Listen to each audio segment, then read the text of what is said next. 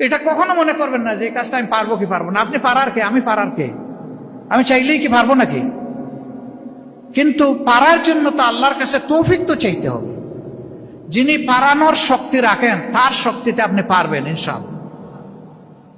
দুনিয়ায় বহু মানুষ 90 বছর বয়সে দুনিয়ায় কাঁপুনি ধরাই দিছে, এরকম মানুষ আসে না আমাদের এই যুগে? আমরা দেখছি না? তাইলে নিজেকে কেউ দুর্বল ভাববেন না। এই জন্য পাহাড়কে সমতল বানাতে হবে বিপ্লবীদের ইনশাআল্লাহ।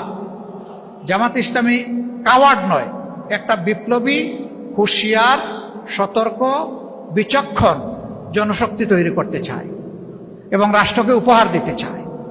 এরা বেহুশ হয়ে চলবে না, আল্লাহ ছাড়া কাউকে পরোয়া করবে না, এবং এরা শর্ট সাইটেড হবে না, এরা দূরদর্শী হবে। অন্যরা যা দেখে না এরা তাই দেখবে। এরা জাতিকে নিয়ে ভাববে, জাতির মুক্তির জন্য ভাববে, আখেরাতের মুক্তির কাঙ্গাল হয়ে আল্লাহর কাছে ধর্ণা দিতে থাকবে। আর যখনই কোনো কিছু বিজয়ের অথবা ভালো কিছুর মুখ দেখবে, তার 3 দফা কর্মসূচি সে পালন করবে। ফাসাব্বিহ বিহামদি রাব্বিকা ওয়াস্তাগফির। সে আল্লাহর পবিত্রতা বয়ান করবে, আল্লাহর প্রশংসা করবে এবং ইস্তেগফার করবে নিজের ভুল ত্রুটির জন্য আল্লাহর দরবারে। তাইলে আল্লাহ তার মর্যাদা এবং শক্তি আরো বাড়ায় দেবে।